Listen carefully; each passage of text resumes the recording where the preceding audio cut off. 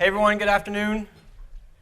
My name is Daniel Jepson. I am a SDR group manager with National Instruments working on USRPs for the last couple of years. Absolutely loving it. This has been kind of a wild ride. Dan Baker, who gave the last presentation, and myself have been working to define what synchronization means on a hardware level.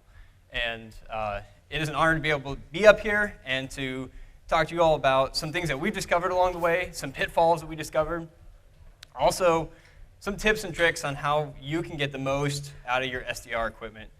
And so without further ado, we're going to jump into what these RF systems look like that Dan was talking about from an LO standpoint, from a baseband standpoint. So using one of his examples that Dan brought up, this 5G massive MIMO testbed, we have 64 of these X310 devices in this rack. And that is incredible. And looking at it from this side, I'm like, man, that is really sweet. We got all those antennas. This looks really fancy. We got a lot of RF bling going on here. But what I want to do in this presentation is actually take this rack and turn it around and look at that rat's nest of cables in the back. That kind of explains how all this magic works from a baseband perspective as opposed from the cool RF perspective. So taking one of these devices out of the rack and kind of looking at it, this is the same block diagram that Dan had in his slides. We can see a couple different aspects of this. We have the Rf Subsystem that Dan talked about at length. We have our LOs, we have our front-end processing, we have our DSAs, our filters, our mixers, and all that. And then we get to the stuff that I deal with a lot on a digital basis. And that's the ADCs, that's the baseband clocking, that's our data movement, FPGA or ASIC. And I want to go through three areas here that I'm going to expound upon a little bit later in the presentation. The first is the reference clock input and fan out. So we have, like Dan mentioned, our most critical buffer in almost the entire design is where we receive this 10 megahertz reference clock coming into the device. And then the fan out, that goes to a couple different places. It goes to the converter PLL, the converter clock PLL. So this is the clock that drives our ADCs and our DACs. It goes to the FPGA or ASIC for data movement. And then it also goes to our LOs and does our RF synchronization. The second part of this is the converter clock PLL, so that takes the reference clock, multiplies it up to whatever rate that we're using. For the X310 devices, it's 200 megahertz, or sometimes 120 megahertz.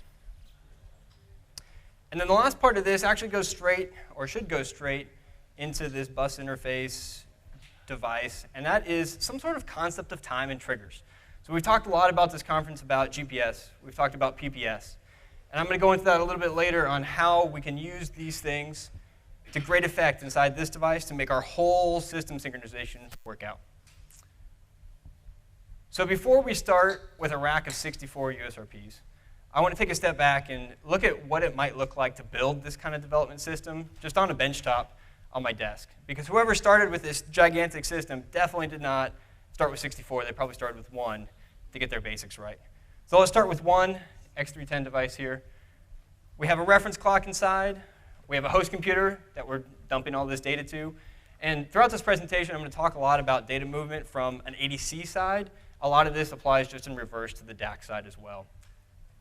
So we're going to be dumping data from our USRP off to our host computer. And then we need an RF signal to feed this device as well. So we can see if the whole chain, all the way from RF through baseband and then back to the host, actually works out as we expect it to. First thing I want to do is introduce a couple different ways of viewing synchronization. The first is we can look like an oscilloscope just straight at the clocks. So we have a reference clock up here in green. That's 10 megahertz, moderately standard across industry.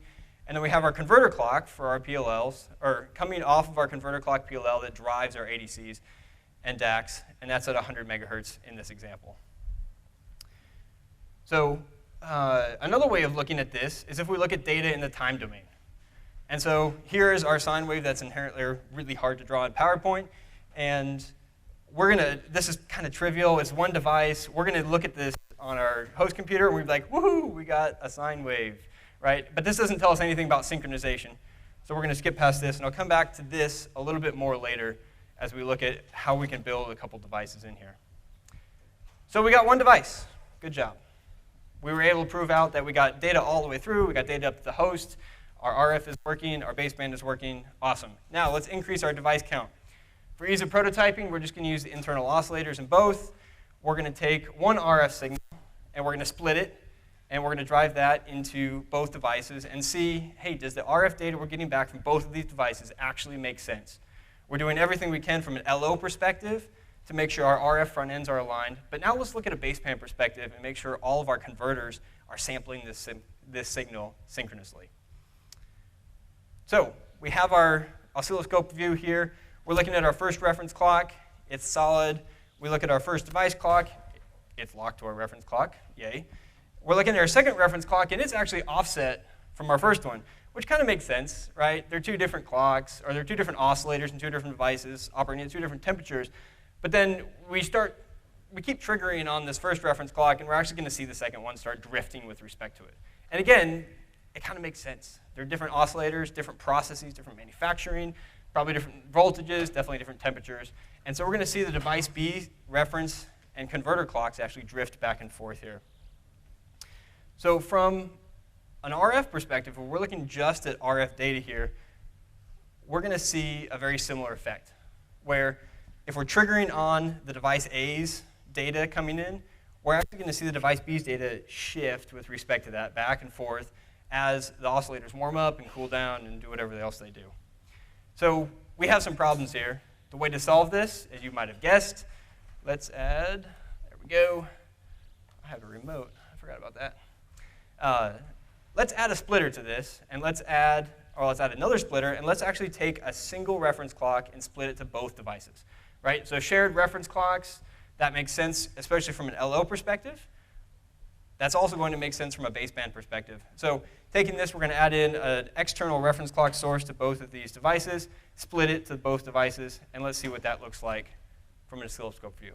So now we have a single reference clock. We're triggering on one of the edges of our 10 megahertz reference, and voila, both of our device clocks line up. And just because I don't believe this yet, we're going to run this a couple times and try over reset cycles, power the whole thing down, power it all up, and see what happens. Okay, so it shifted a little bit. The second device clock shifted a little bit. Really can't tell because it's all periodic throughout here. And we're going to try it again. Okay, great. From this perspective, we have aligned reference clocks. But let's look at it from the RF perspective, and let's look at the RF data coming back into the device. So here's our first signal coming in. Uh-oh, we're off by a converter clock. That's interesting. So I'm going to try it all again, because I don't believe it again. And I'm going to, we're off again by another converter clock period. And this is actually going to continue ad nauseum all the way down in one converter clock segment. And this is because we don't have the concept of time yet in the system. So device A is over here saying, I'm going to start acquiring now. And then device B maybe has a little bit of latency in the link and says, oh, I'm going to start acquiring now. Those two are going to start at completely different reference clock or converter clock edges. Even though on the oscilloscope view they're all lined up, whenever we're triggering a start and a stop acquisition on both devices, we have no idea, we have no concept of time on our SDR devices, and therefore we can't have synchronous captures like this in the RF domain. Now, post-processing, you could totally go back and collapse these on top of each other if it really is periodic, but that only works for periodic test tones like I'm using right here, and not for real-life signals. So, before I get into the solution for that, let me present another problem. Up until now, we had a very uniform 10 megahertz, 100 megahertz relationship between our reference and our converter clocks. Let's make this a little more interesting. Let's go with a 25 megahertz converter clock. What happens here is device A may have started its PLL with respect to this first reference clock edge.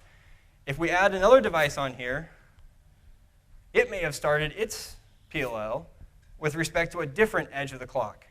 And because we have now introduced a higher R divider value inside of our PLL to make the relationship between 10 and 25 megahertz work, we're going to have 180-degree phase ambiguity between all of our reference clock, or all of our converter clocks all the way down. If we add more of these devices, we're going to see some line up with device A, some line up with device B. What this looks like in our sampled waveforms is we're going to see a half a converter period offset. Now, because this effect actually compounds with the effect of not knowing when we can start and stop our acquisitions, this is going to repeat itself every converter period all the way down. So I didn't draw it here. I just collapsed all of those multiples of converter clock periods all the way down. So you're going to see a bunch of them stacked up at this half converter clock period offset. And that tells us we have 180-degree phase ambiguity, or 1 to 2 phase ambiguity. If we had an even more weird clock relationship here, so I drew 10 to 25 megahertz, if we had like a 10 to 122.88 megahertz, good grief, you're going to have a ton of those lining up, and you're going to be like, oh, it's not synchronized at all, when in reality it's just hitting these very fine quantization steps. So the solution for this, as we've hinted to throughout this conference, is add a PPS. Add some sort of time, add some sort of trigger concept. What a PPS does is it identifies a single reference clock edge on all devices. And let me go a step further. It needs to identify a unique reference clock edge on all devices. And so this is used for PLL resets. This is used for keeping a concept of time and a timekeeper on each one of the SDR devices.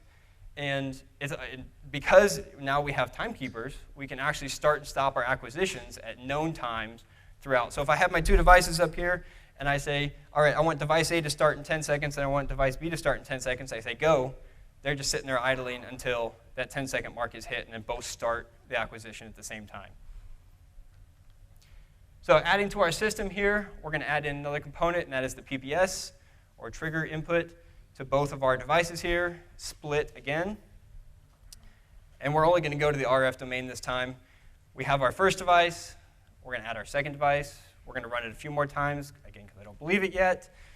And they're all going to line up. Voila. Now, this is just benchtop testing at my desk for fun. I was like, well, I wonder what had happened if I ran this whole system, repeated resets, overnight. I'm like, okay, well.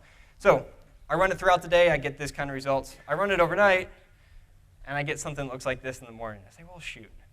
What's going on here? Well, to save you a very long debug story, the temperature in our building actually increases overnight because we like to turn down the AC so we conserve some electricity. What that does is change the temperature of my DUTs on my desk. And what's happening here, let me go back to digital basics, digital logic basics. Inside whatever FPGA, ASIC, DSP chip that you're using to capture this PPS signal, there is most likely a flip-flop. Oftentimes it is a rising edge flip-flop, and in our case, it's clocked by this 10 megahertz reference clock that we have. The PPS goes into the D input, the data input of the flip-flop, and this flip-flop, in any device that you can see, has a certain amount of timing associated with it. So here's a waveform on the right. We have our 10 megahertz. We have our PPS input. And in a lot of these systems, the PPS is actually driven from the host on the falling edge of the clock to keep it away from any rising edge effects that the flip-flop might have. Because the flip-flop has timing parameters for setup and hold. Again, this may be a review for some of you with digital logic. It has setup and hold times that define the keep-out region that we cannot violate. So if our PPS input, if our D input of our flip-flop is changing on or within this keep-out region, we are in jeopardy of not capturing the correct value. We don't know what the correct value is because it's changing right when the flip-flop is trying to capture our D input. And so what was happening overnight is we were really close. We were really close to the keep-out region. And maybe along the borders of this keep-out region, we're just barely violating setup or barely violating hold. The system's going to work 90% of the time. But as it heats up or as it cools down, we're going to see some variation in this, and we may need that entire setup and hold time not to be violated in order to actually run our system as we designed. So if that PPS input moves to the right into this keep-out region, all of a sudden our flip-flops can go metastable. We may or may not capture it on this rising edge of the 10 megahertz. We may actually see our PPS input one cycle later on the next 10 megahertz rising edge. And so that's going to contribute to this one reference clock period offset. And then because our converter clocks are 880 degrees out of phase then, we're going to have this additional half converter clock period offset on there as well. So kind of wrapping up with the PPS, timing between the PPS and the reference clock must be closed at the FPGA or the ASIC to control the device. And oftentimes these are numbers that are either published with the FPGA inside the SDR device and close that direction, or hopefully they've also published them at the ports of the device. So as you're connecting up your SMAs, you can be like, all right, I need to make sure whatever's driving these ports has this kind of timing relationship with respect to 10 megahertz and PPS. Couple practical implementations here. Drive PPS from the same clock domain that you're receiving it in. So it doesn't work if you have a GPS receiver here that's providing your 10 megahertz reference, and then at an extreme case, you just have a button over here, and you have your stopwatch, and you say, once a second. That is clearly not the right clock domain, and you clearly might get, you might fail setup and hold time because my thumb definitely isn't accurate. Obviously, that's probably not a case you're ever going to see, but even if you're driving it from 2 different GPS modules, you're not guaranteed to have tight timing there, even if you're using a 10 megahertz clock and you have 100 nanoseconds, a window to kind of hit this in. The other practical implementation is use the same topology. So we talked about daisy chain topologies for LOs. We talked about star topologies. So almost the best way to do this is a star topology where you have a single source fanned out to multiple receivers. So multiple SDRs, you have one source, and you have match length cables going to each one of those to allow you to close this timing as accurately as possible. So we've done all this. We run this a gajillion times. We see everything line up very nicely in our time domain. We're really happy with it. We have about a nanosecond or so of drift or of variability in it, and that's okay for the most part. Oftentimes the target I'm shooting for is a nanosecond or less for baseband synchronization, and that allows the RF guys to build on top of that with their RF synchronization. Some things that can actually help decrease that 1 nanosecond to even less. Try to keep your devices at a constant temperature. I've kind of harped on temperature quite a bit. Temperature can introduce a lot of drift, especially in LOs, but also in buffers on your board. So if you're a hardware designer, choose low propagation delay different buffers. So as your device warms up or as your buffer warms up, you want to keep that propagation delay fairly constant over temperature. There's a couple great buffers out there that have like drifts in like the femtosecond range per degree, which is fantastic. Close timing, like I just said, but also, so pay attention to the timing between your PPS and your reference clock coming into your FPGA or ASIC, but also pay attention to closing timing at your PLL. So the reset pin of your PLL that boots all of these devices up synchronously is going to have these same kind of setup and hold parameters associated with it. And you need to make sure you meet timing there and at your FPGA in order to get deterministic timing all across the board. And then remember to account for variations in your reference clock distribution. So oftentimes we don't think about this, but if I have a device that distributes a single PPS to multiple devices, that device in itself is going to have some sort of inherent skew between all of its outputs. And we need to account for that in our total budget for our baseband synchronization. All right, going briefly into geographically distributed systems. This has also been mentioned. Well, this hasn't. I don't recommend this.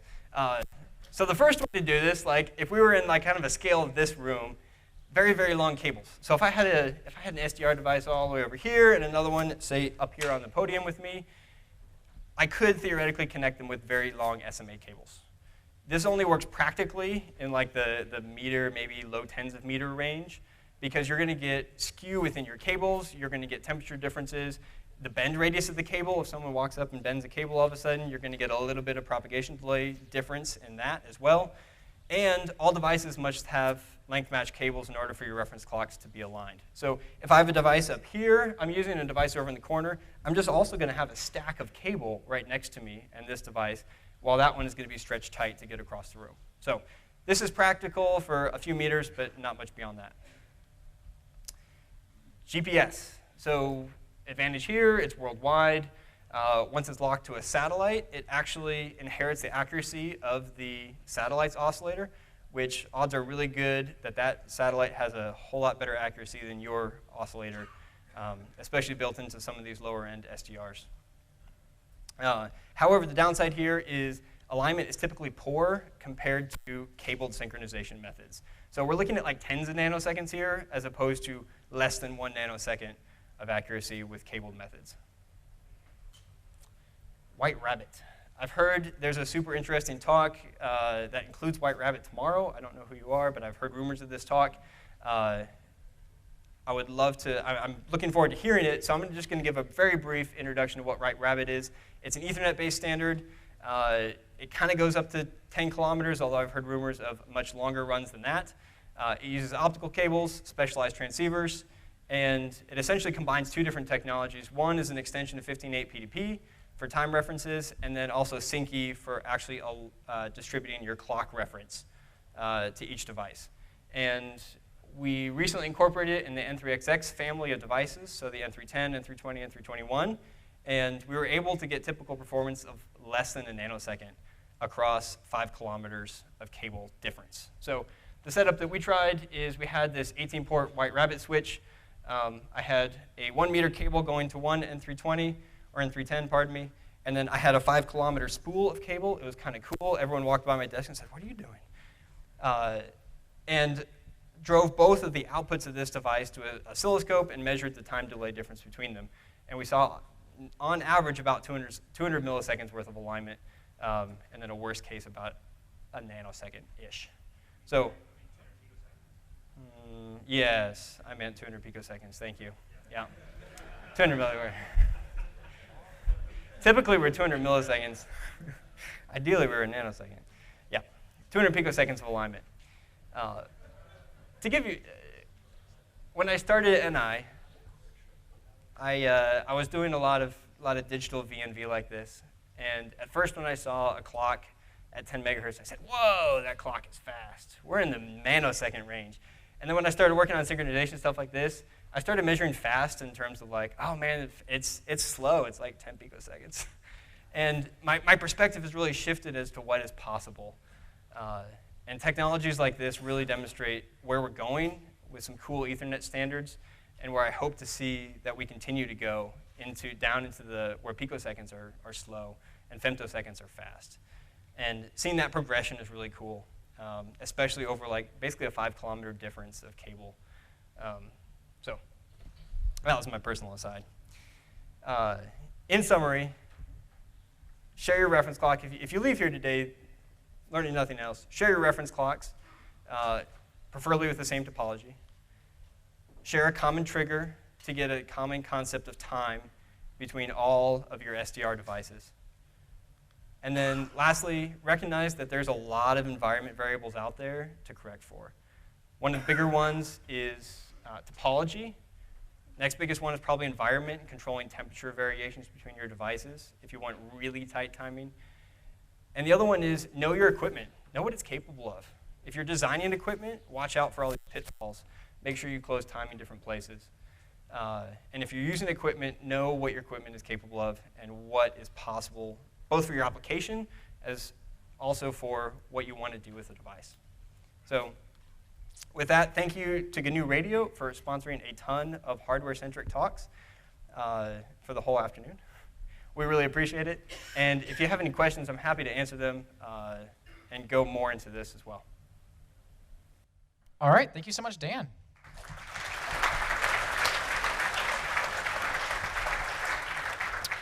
I think I heard the question, and that was, does White Rabbit require Xilinx IP?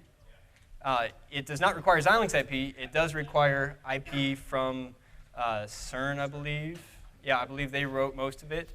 It's all open source. I forgot to mention this. It's all open source. It's available online. When we integrated it into the N310 and N320, it was a breeze. We were able to download it, integrate it, and most of it just worked out of the box. You're going to need some sort of a master device. So one of the more intricate details of this is one end of the link at least requires calibration. Typically, it's the master side. All of our devices only work as slaves because they have not been calibrated. You actually need to calibrate it on a per bit file basis. So if you change your bit file in your FPGA, that actually requires calibration with the system as a whole. So yes, there are specialized switches. There are specialized master devices out there that you can buy. We used a couple of 2-port devices and then one 18-port, like very large switch to try a bunch of synchronization. Yeah, 7 Solutions. Yes, thank you. Is the manufacturer that we have gone with. And the app note that I had up there linked on the Edis page it calls out these 7 Solutions hardware as well. And I believe there's links that you can go check out their hardware. Yep. Thank you very much. Thanks.